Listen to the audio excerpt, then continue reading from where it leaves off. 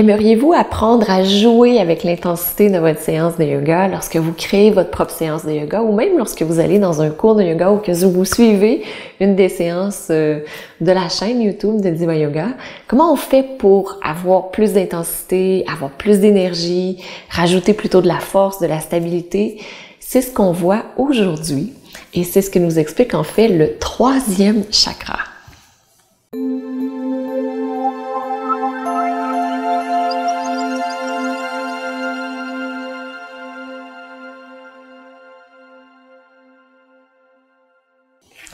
Namasté. Je suis Maryse Lehoux, fondatrice de Diva Yoga. C'est un grand bonheur de vous accueillir aujourd'hui dans cette vidéo où vous allez apprendre comment faire pour pouvoir jouer avec l'intensité de votre séance de yoga. Parce que c'est souvent quelque chose qu'on veut faire. Et juste avant, si vous n'êtes pas abonné encore à la chaîne YouTube, je vous invite à le faire juste en dessous en cliquant s'abonner et en cliquant sur la petite cloche aussi.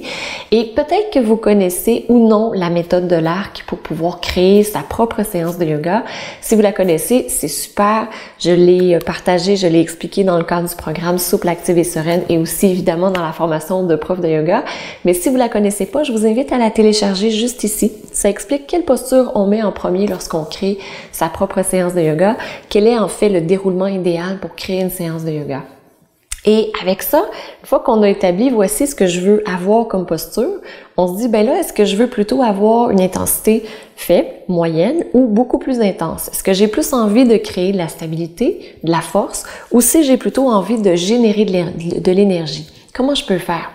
Et c'est là où, lorsqu'on apprend le troisième chakra à l'intérieur de la formation de prof de yoga, c'est super intéressant parce que là, les futurs profs font « Ah, je sais maintenant comment je peux faire pour avoir un rythme différent selon l'intention que je vais créer au départ dans ma séance de yoga. » Parce que tout part d'une intention.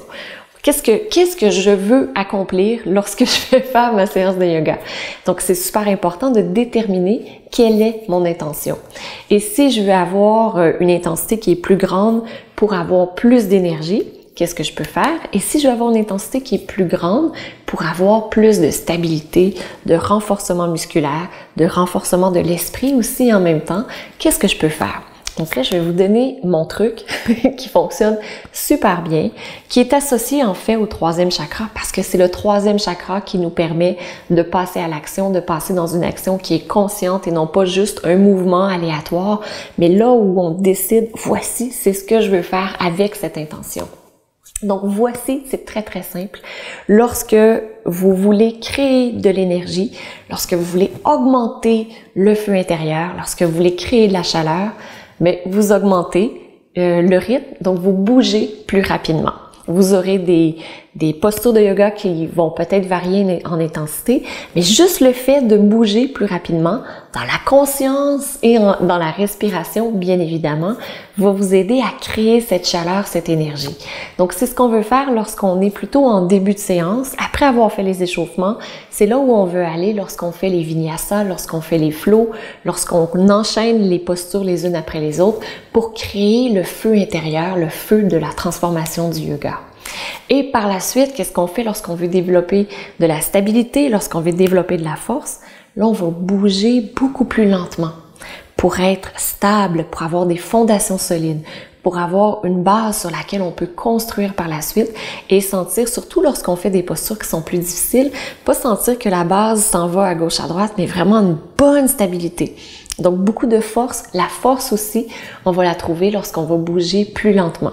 Donc, lorsque vous allez décider d'avoir une séance où vous voulez générer de l'énergie, ben là, vous allez savoir quoi faire. Et lorsque vous allez vouloir une séance où vous allez vouloir générer de la force, de la stabilité, et on parle autant au niveau physique que psychologique que spirituel, parce que dans les trois cas, dans tous les cas, c'est la même chose, hein? Lorsqu'on bouge plus rapidement, on va générer un feu de transformation beaucoup plus rapide, qui peut être même difficile au niveau psychologique si c'est trop. Donc, faut faire attention quand même avec lorsqu'on utilise ces outils qui sont très, très, très puissants, comment on choisit de les utiliser, alors que si on y va plutôt dans la force, dans la stabilité, on va construire quelque chose sur le long terme. Donc là, vous allez pouvoir jouer avec tout ça. Et ce que je vous invite à faire, c'est à m'écrire dans les commentaires quelle est votre pépite d'or par rapport à ça. Qu'est-ce que vous venez d'apprendre? Comment vous comptez utiliser également cette connaissance dans le cadre de vos séances ou encore lorsque vous allez faire un cours qui est guidé par quelqu'un d'autre, peut-être même par moi. Donc, grand plaisir de faire ce partage et on va se retrouver demain pour notre journée de philosophie. Une philosophie appliquée parce que c'est ce qui compte, n'est-ce pas? Une belle philosophie appliquée. Je vous souhaite une magnifique journée et je vous dis à demain. Namasté.